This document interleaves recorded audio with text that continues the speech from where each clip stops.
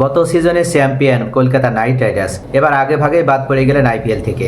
IPL season 2025 কেকেআরের জন্য ভালো হলো না, অর্থাৎ এই মৌসুমটাকে তারা ভুলে যেতে চাইবে।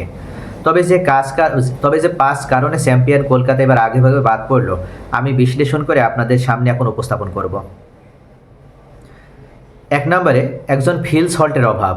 ফিল সল্ট ও সুনীল নারায়ণের ওপেনিং জুটি কলকাতা 2024 সালে শিরোপা জয়ে বড় ভূমিকা রেখেছিল।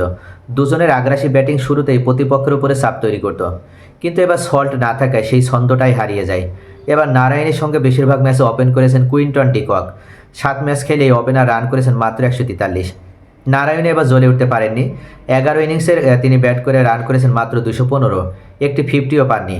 আরেক ওপেনার গুরবাজ 5 ইনিংসে রান করেছেন মাত্র 74। ইনিংসের শুরুতে দ্রুত উইকেট হারানোর ধাক্কা কাটিয়ে উঠতে পারেনি কলকাতার মিডল অর্ডার। তাতে প্রভাব পড়ে পুরো ব্যাটিং ইউনিটে। সেই চাপ পড়ে বোলারদের উপরেও। দ্বিতীয় পর্যায়ে অধিনায়ক ও ব্যাটসম্যান শ্রেয়াস আয়ার না থাকা।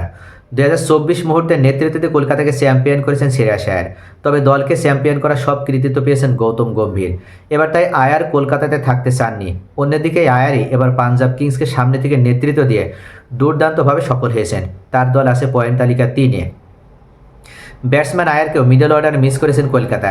11 ম্যাচে পাঞ্জাবের আয়ারের গড় 65.62, স্ট্রাইক রেট 180.80, রান করেছেন 410।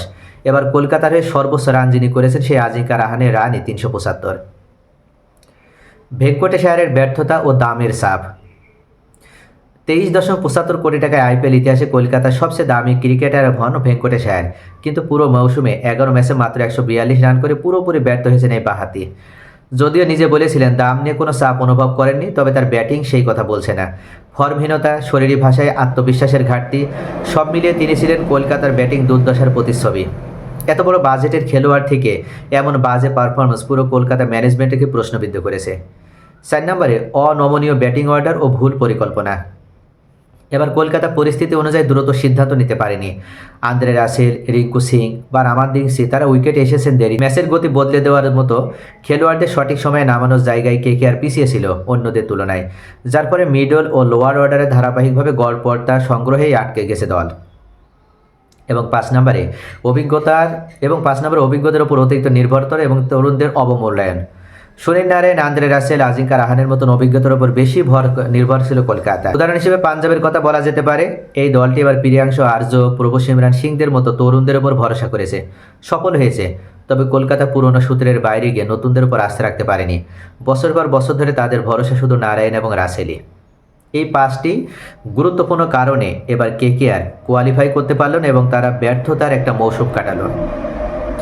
তো প্রিয় দর্শক, আপনাদের কি মনে হয় আমি যে বিশ্লেষণগুলো বললাম আসলে এগুলোর সাথে আপনারা কে একমত?